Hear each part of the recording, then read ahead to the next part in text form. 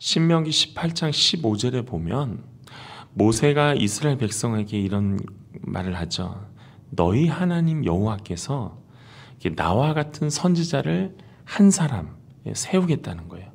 그리고 너희는 그의 말을 들을 것이다 라고 말해요. 이때 이스라엘 백성들은 시내산의 여호와의 음성과 하나님의 그 임재하시는 불로 인해서 백성들이 다 두려워합니다. 그리고 다 떨어요. 그리고 그 하나님으로 인하여서 그 하나님의 여호와의 불로 인해서 우리가 다 죽게 생겼습니다. 이런 고백을 모세에게 토로하죠. 그때 하나님이 신명기 18장 18절에 하나님이 이렇게 말씀하십니다. 모세와 같은 선지자 하나를 내가 너희들을 위해 세울 것이다 말씀하세요.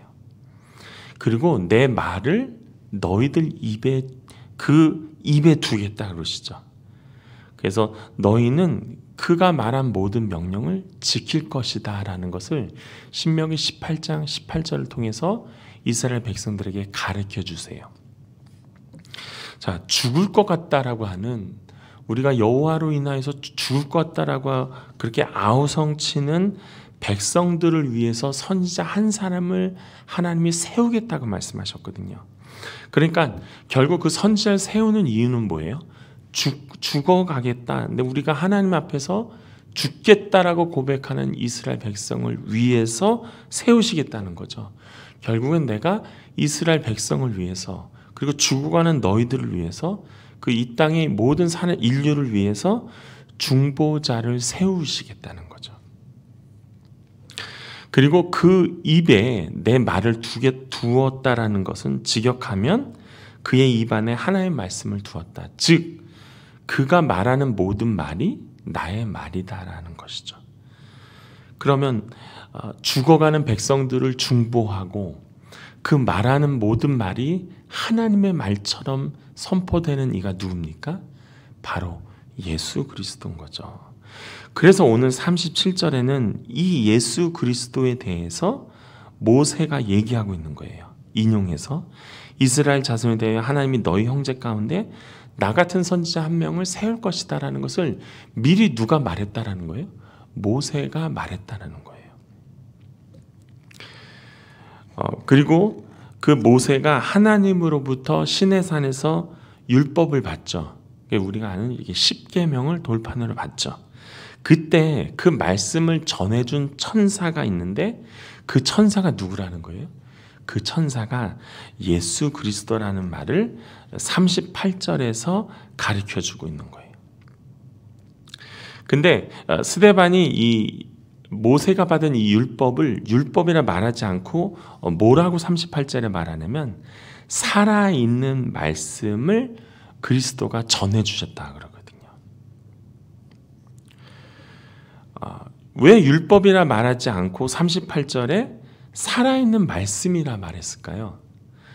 그것은 이스라엘 백성들은 지금까지 하나님의 말씀을 말씀으로 보지 않고 율법, 즉 의식화된 율법, 그러니까 제도화된 율법, 그 율법을 통해서 이스라엘 백성, 특별히 지금 스데반의 말을 듣고 있는 이 유대 공회원들, 바리새인들, 사두개인들, 제사장들, 그리고 장로들, 유대 지도자들은 이 율법을 가지고 뭐 하고 있어요?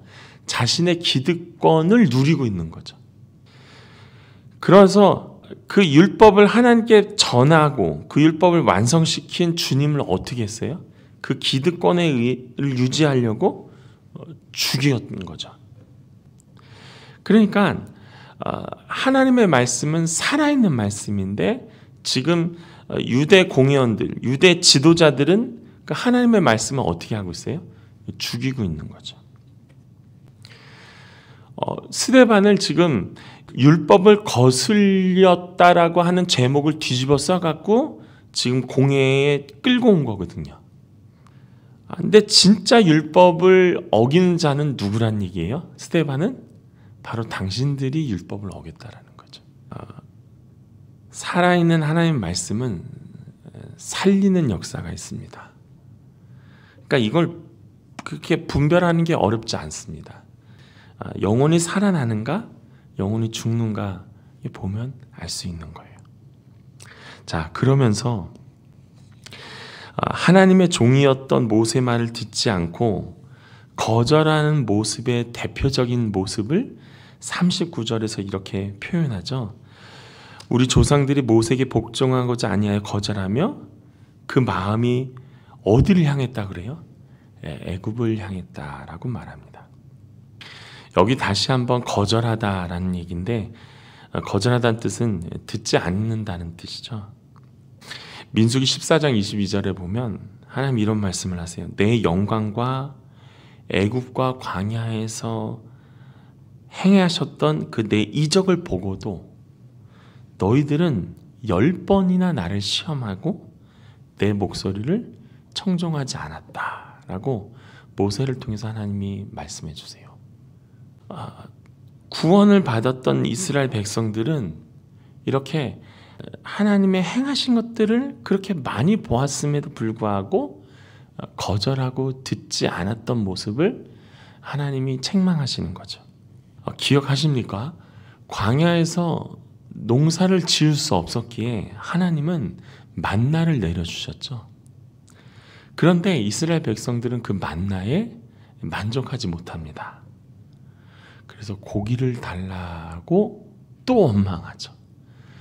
고기를 달라고 그럴 때 하나님 우리가 고기를 먹고 싶습니다라고 그렇게 기도하고 간구하면 되는데, 무엇을 이스라엘 백성들은 끄집어 오냐면 애굽의 향수를 끄집어 와요. 그들이 고백한 게 무엇입니까? 우리가 고기를 굽는 가마 옆에 있었다라는 거예요.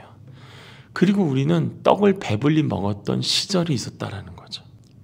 그러니까 무엇인가 어려울 때마다, 무엇인가 힘들 때마다, 무엇인가 막힐 때마다, 무엇인가 결핍이 있을 때마다, 그러니까 그것을 그냥 있는 그대로 하나님께 기도하면 되는데, 이스라엘 백성들은 이 애굽의 향수병에 걸려 있었던 거죠.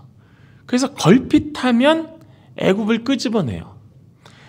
홍해를 건너게 하시면서 이젠 아예 돌아가지 못하게 만들었던 그 애굽을, 옛 종되었던 그 애굽을 계속적으로 무슨 일이 있을 때마다 이스라엘 백성들은 동경하고 그 애굽에서 있었던 것들을 떠올려내죠. 그래서 신명기 6장 12절에 보면 너희는 조심하여 너를 애굽 땅 종되었던 집에서 인도해내신 여호와를 잊지 말라고 말씀하세요. 근데 여호와를 잊지 말라는 말씀을 기억하긴커녕 무엇을 늘 잊지 말아요? 애굽을 늘 잊지 않고 있는 이스라엘의 모습을 볼 수 있는 거죠. 그래서 그것이 얼마나 정도가 심했는가, 결국엔 모세가 시내산에서 하나님의 말씀 받으러 갔을 때 40절에 이렇게 말하죠. 아론도로 그들이 얘기해요. 우리를 위하여 신들을 만들라. 애굽 땅에서 인도했던 모세는 어떻게 했는지 우리가 알지 못하기 때문에 너는 우리를 위하여, 41절에 어떻게 나옵니까? 송아지를 만들고, 그리고 그들은 그 우상 앞에 제사하며 자기 손으로 만든 것을 기뻐하는 일이 벌어져요. 애굽에 많은 우상이 있었죠. 그 중에 또 대표되는 우상이 무엇이냐면 황소입니다. 그러니까 이스라엘 백성들이 애굽에 살면서 무엇에 많이 젖어 있었고 보았어요? 애굽의 문화, 애굽의 종교, 애굽의 신에 그들이 익숙해 있었던 거죠. 그러니까 우리가 무엇을 보고 무엇을 듣고 어디에 많이 노출되느냐에 따라서 우리의 그 선택과 우리의 모습이 달라질 수 있습니다. 아무리 하나님의 기적과 이적을 가장 많이 누렸던 이스라엘 백성들도요, 결국엔 가장 중요한 그 하나님의 말씀을 받는 그 거룩한 그 시간에 그들은 애굽에서 자기들이 늘 노출되었던 황소라는 신을 자기 손으로 만들고 그것을 예배하는 것들을 우리가 볼 수 있습니다. 그것뿐만입니까? 아니죠. 43절엔 뭐라고 나오냐면 몰렉의 장목과 신 레판의 별들을 그들이 받아들였다라고 얘기해요. 가나안 땅에 들어가서는 이 암몬의 우상 몰렉을 섬깁니다. 몰렉 신을 섬길 때 그들의 행위 제사를 보면 아이를 산채로 바치는 것들을 그런 행위들을 하거든요. 이게 얼마나 미련한 일입니까? 그러니까 자신의 목적을 위해, 내 안위를 위해, 그것도 하나님이 아닌 우상 앞에 하나님 주신 자녀를 산채로 바치는 일들을 이스라엘 백성들이 자행했다는 거예요. 이 레판의 별은 아수르가 섬기던 그 토성의 별 신을 말하는 건데요. 그냥 하나님이 창조한 별인데 그 별이 자신들의 신이라고 이스라엘 백성들이 그것들을 받아들이고 절하고 예배했다라는 거예요. 그래서 결국엔 그 스데반이 뭐라고 얘기해요? 그런 너희들을 바벨론의 밖으로 옮기라. 결국 바벨론의 포로로 70년간 하나님의 심판을 그들이 받게 되죠. 이 모든 일에 하나님은 42절에 뭐라고 말씀하십니까? 우리 한번 같이 읽겠습니다. 시작. 하나님이 외면하사 그들을 그 하늘의 군대 섬기는 일에 버려두셨으니 이는 선지자 책에 기록된 바 이스라엘의 집이여 너희가 광야에서 40년간 희생과 제물을 내게 드린 일이 있었느냐라고 물어보세요. 여기 하늘의 군대는 1월 성신을 말합니다. 아까 그 신 네판의 신 그거와 비슷한 건데요. 그러니까 하늘의 별들을 너희가 예배하고 경배했다라는 거예요. 그리고 의미심장한 말씀을 하나님 하시죠. 40년간 희생과 제물을 내게 드린 일이 있었느냐. 그들은 레위기서를 통해서 주신 하나님의 제사를 이스라엘 백성들이 드렸습니다. 그런데 지금 말씀에는 뭐라 그래요? 40년간 희생과 제물을 내게 드린 일이 있느냐? 그러니까 그들은 예배를 드렸지만 제사를 드렸지만 그들의 마음은 어디 중심에 있었다라는 거예요? 한편에 있는 우상에게 있었다라는 거죠. 이 모든 것을 하나님이 내버려 두시고 외면하셨다라는 거예요. 진짜 저주는 뭐예요? 하나님이 가만히 두는 거예요. 외면하다라는 건 등이나 얼굴을 반대편으로 돌이키는 걸 말하거든요. 내버려 두는 것이 가장 큰 저주인 거예요. 인류는 죽음이라는 죄의 삭스로 인한 그 죽음이란 길을 달려가고 있는 거잖아요. 그럼 하나님이 외면하시고 하나님 모른 채 하시고 하나님을 그냥 내버려 두시면 어떻게 되는 거예요? 심판의 방향으로 그냥 내달리는 거예요. 모든 인류의 역사가. 근데 하나님이 그것을 외면하셨습니까? 안 외면하셨습니까? 외면하지 않으셨죠. 그래서 그리스도를 이 땅에 보내주시고 그리스도를 통해서 믿는 자는 구원을 받게 해주시는 거죠. 오늘 그래서 우리가 기도하고 구할 때 가장 먼저 구해야 될 것은 무엇이냐? 여호와의 얼굴을 구하는 것입니다. 하나님 내 삶 가운데 주님 외면하지 마시라고. 그래서 민수기 6장에 여호와께서 모세에게 명령하시죠. 그 아론과 그 아들들에게 말하여 이르기를 이렇게 축복하라고 말씀하세요. 여호와는 그의 얼굴을 내게 비추사 은혜를 베푸시길 원하며 여호와는 그 얼굴을 내게 드사 평강 주시기를 원한다는 거. 은혜를 베풀고 평강을 주시는데 중요한 건 뭐예요? 하나님의 얼굴이 우리를 향하여 비추고 향한다는 거죠. 오늘 때로는 우리 안에 하나님을 외면케 만드는 우상을 섬기는 일들이 있습니다. 때로는 내가 늘 예배하고 평생을 그렇게 주일날 교회에 와서 예배를 드렸지만 그럼에도 불구하고 40년 동안 이스라엘 백성들이 저질렀던 실수를 우리 또한 할 수도 있는 거죠.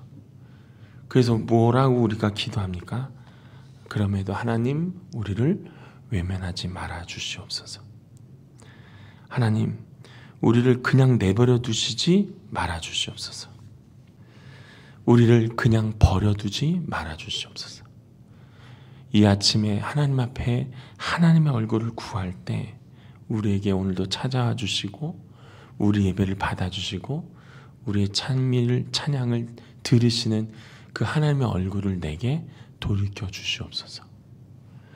오늘 그런 기도와 고백으로 말미암아 하나님 앞에 다시 한번 나아가시는, 그리고 스데반 집사가 고백했던 그 이스라엘의 그 과거의 실수들을 범하지 않는, 모세가 어찌 되었는지 우리는 알지 못한다라고 하는, 그래서 그 알지 못함으로 인해서 송아지를 만드는 그런 실수가 우리 안에 범해지지 않는 오늘 하루 되시기를 간절히 축복합니다.